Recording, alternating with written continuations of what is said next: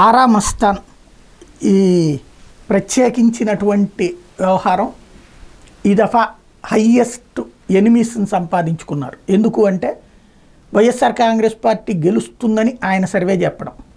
యాక్చువల్గా ఆయన survey report అటు తెలుగుదేశం అధినేత చంద్రబాబుకి దగ్గర ఉంది, జగన్మోహన్ రెడ్డి దగ్గర ఉంది. తన సర్వే రిపోర్ట్ ముందుగానే ఇద్దరికి ఇచ్చారు. వాళ్ళిద్దరికీ తెలుసు, నచ్చచ్చు నచ్చకపోవచ్చు.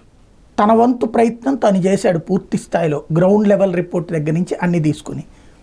అది గత 2022 నుంచి చేస్తూనే ఉన్నాడు ఆంధ్రాకి సంబంధించి. అంతకుముందు కూడా చాలా చేసుకుని వచ్చారు.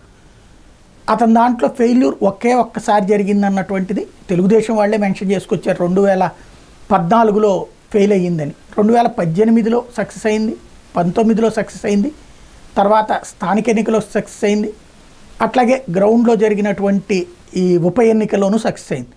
ఇప్పుడు సక్సెస్ కాకపోతే అతని కెరీర్కి తప్పు తప్పించి అతను వ్యక్తిగతంగా చేసిన తప్పేం కాదు కదా.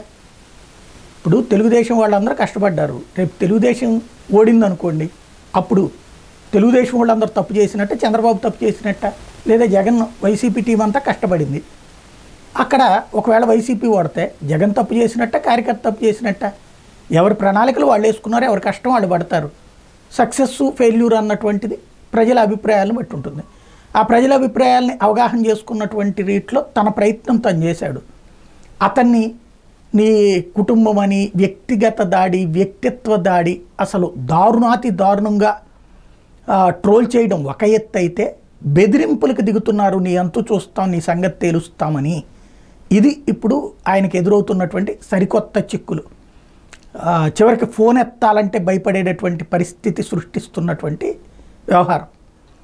రిజల్ట్ మీదన ఆయన ఫ్యూచర్ ఆధారపడి ఉందని ఆయనకి తెలుసు. అయినా తను తెగించినే ధైర్యంగానే చెప్పుకొచ్చారు. అందులో ఎవరి కోసమో చేయలేదు. ఇన్ని చేసిన తర్వాత 3 రోజుల కోసం ఒక పార్టీ కోసం చేయాల్సిన పని ఏమైనా ఉంటుందా? తను చెప్పినటువంటిది ఇప్పుడు తన సబ్జెక్టును బట్టి చేసినటువంటిది. బట్ ఈ బెదిరింపులు అవసరమా? ఆలోచించాల్సిన అంశం.